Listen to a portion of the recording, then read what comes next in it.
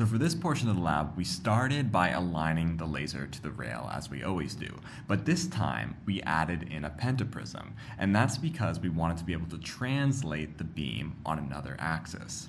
So we aligned the beam to the first rail, had it going through a pentaprism, and then aligned the beam on the second rail using the pinhole method. The next step was adding in the lens, and we used a 75mm lens, and the plano side of it was actually facing the laser, or the pentaprism. And we added in both of these so that the back reflections were aligned on the previous surface. The next step was adding in the microscope after the lens. We chose to use an objective that had a numerical aperture of 0.4 and a magnification of 20x. We specifically wanted the numerical aperture to be greater than 0.336, which we calculated based on some equations that you see here. The next step was aligning the microscope to the rail, and we did this by making sure that the reticle was in the same spot as the beam. And this was quite faint in this case because the reticle lines were very skinny and dim in comparison to the rest of the beam. So the first kind of experiment that we did is we started out with just kind of an overall idea of what we were doing. We need to find the marginal focus. And so what we did is we used our pentaprism, translated it so that the beam was going through one of the holes on the extreme side of the Hartmann mask. And then we aligned the microscope along the z-axis such that the crosshairs appeared in the original position that they were.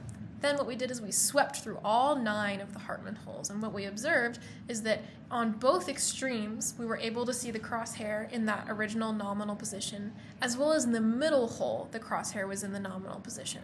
But in all of the holes in between, the crosshair was moving around. This is because of the spherical aberration, and it's what we would expect to see at the marginal focus. We also wanted to check the marginal and paraxial focus of our optical system on the rail. And what we found is that the difference between marginal and paraxial focus was actually 1.4 centimeters.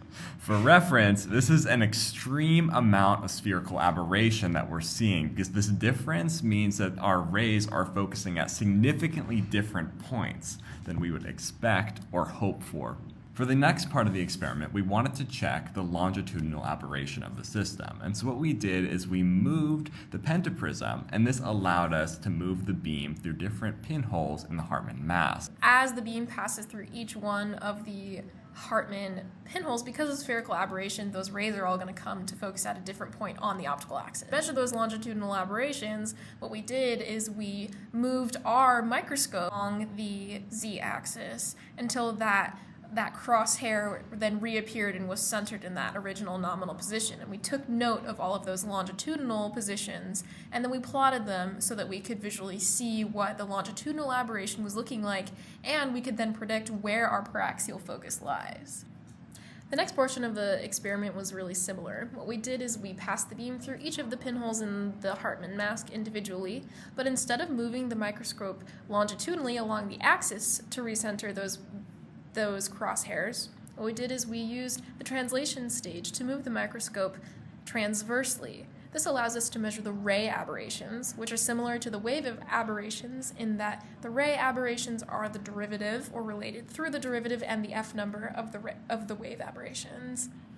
We're able to measure the transverse aberrations by moving the microscope transversely across the optical axis at each of the pinhole locations. When we plot these values, we're able to see a ray fan plot. Then, for the final portion of the lab, we wanted to see the difference that shape factor has to do with this. And so what we did is we took our lens and we simply turned it around. It's the same lens, same focal length, same parameters, just turned in the opposite direction. And what we saw is a great decrease in spherical aberration because that shape factor actually makes a really big difference. We were able to see that when we're focusing something down, we want the curved side of the lens to be facing the collimated portion of the beam. In our case, we want the curved side of the lens to be facing the laser. This is because that planar side that's on the opposite side of the lens is going to have more of an effect on the marginal rays than the paraxial rays, in that when a marginal ray refracts off of that first surface, it's going to have a pretty steep slope. When it's going to hit that second planar surface, there's going to be a little bit more refraction that takes place there because of Snell's law. And since there's more refraction that takes place at that surface, and we're going from a medium of high index to a medium of low index, which is the air, what it does is it kind of it shallows out the slope of the marginal ray just a little bit. Now, since the marginal focus is usually closer to the lens than the paraxial focus, what that does is it moves the marginal focus back, which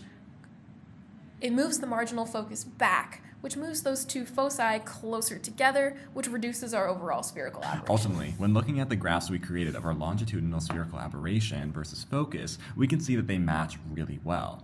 The only difference is that in code 5, when we plotted it, we only see one side of our plot, but when we actually graphed it, we see both sides because we graphed it through the complete focus. In addition, when we see our plots of transverse spherical aberration, we can see that they are also very similar, especially for the plot when we had the plano side facing the laser.